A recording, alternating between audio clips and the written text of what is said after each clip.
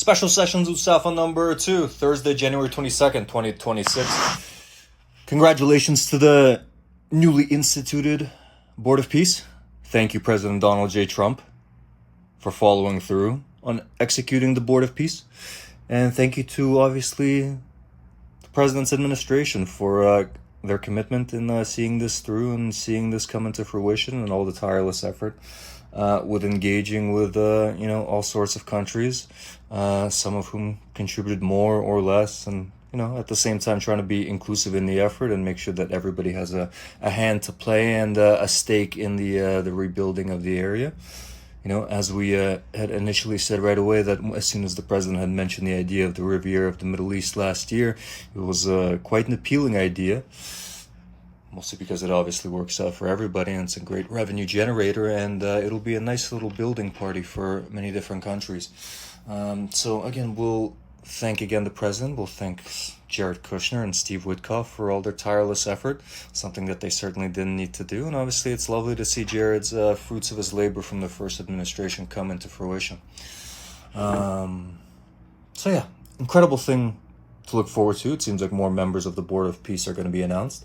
A $1 billion buy-in, if anything, is quite cheap to see this come into play. And it'll be lovely to see all the incredible, seaside marinas, seaside condos, seaside hotels pop up, and perhaps bring another civilization from primitive starvation into modernity, or something even better than modernity. So, great all around. The 18,000 children that died as part of that primitive war are incredibly thankful to all the members of the Board of Peace for being wholeheartedly and earnestly committed to this process, and for seeing it through in a wholehearted and non-loop parasitic way. And obviously all members of that primitive war are incredibly thankful for the graceful past that they got for the disgusting primitive war that was allowed to happen for 2+ years, with the murdering and burning alive of 18,000 children.